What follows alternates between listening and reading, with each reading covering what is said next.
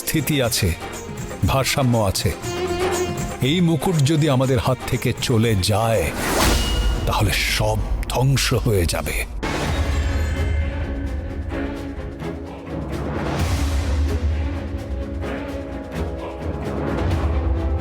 আমি এখানে কি করে আসলাম?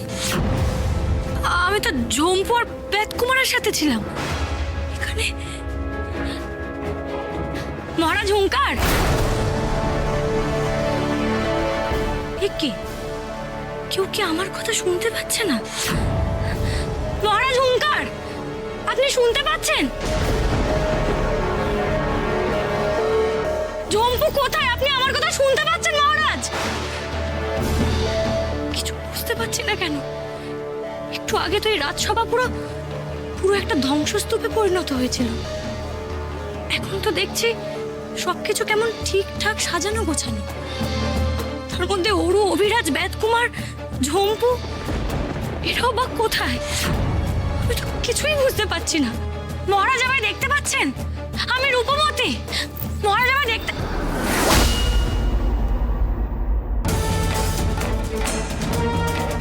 এটা কি করে সম্ভব হলো? কেউ কি আমায় দেখতেই পাচ্ছে না?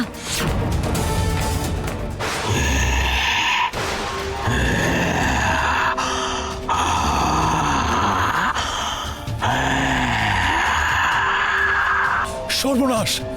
অন্ধকারের কালো শক্তি আমাদের আক্রমণ করতে আসছে। এক্ষুনি এই মুকুট লুকিয়ে না ফেললে সমূহ বিপদ। তোমরা এসো, এসো আমার সঙ্গে।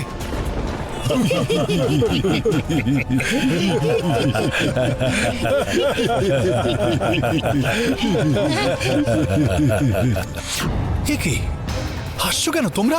অনেক দেরি করে ফেলেছ রাজা হুঙ্কার। আমরা তোমার বিশ্বস্ত নই। আমরা ছদ্মবেশে অন্ধকারের দূত।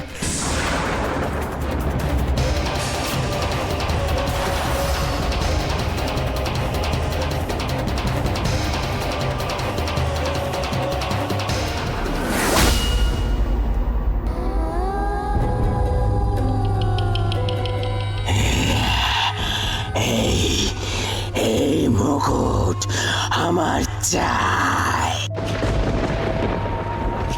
রাজা হুঙ্কার। তুমি আর এই মুকুট বাঁচাতে পারবে না।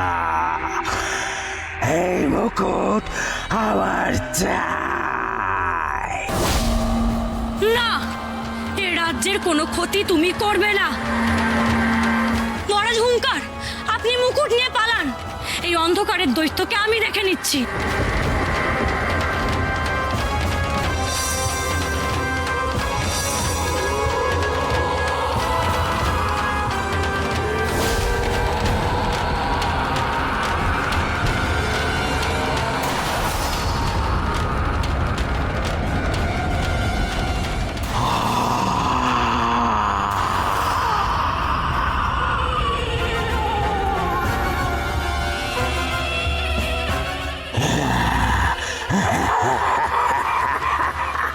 রাজসভা,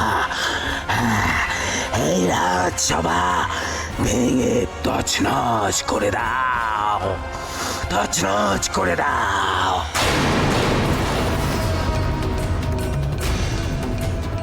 সব কিছু ধ্বংস করে দাও এই রাজ্যের।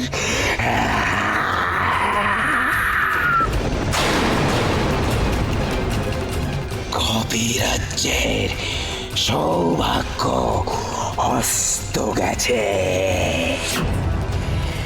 এই মহার্ঘ মুকুট এখন অন্ধকারের অধীনে।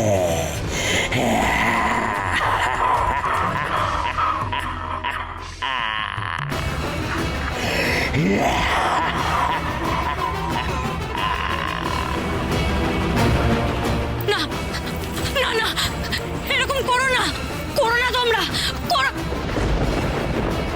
এরকম করো না। কেন করছো তোমরা?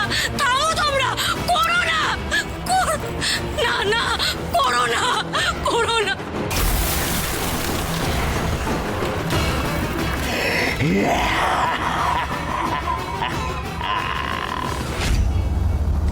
রাজার প্রাণ ফিরিয়ে দাও, ফিরিয়ে দাও অন্ধকারের দৈত্য। ওই সৌভাগ্য মুকুট তুমি কিছুতেই নিতে পারো না।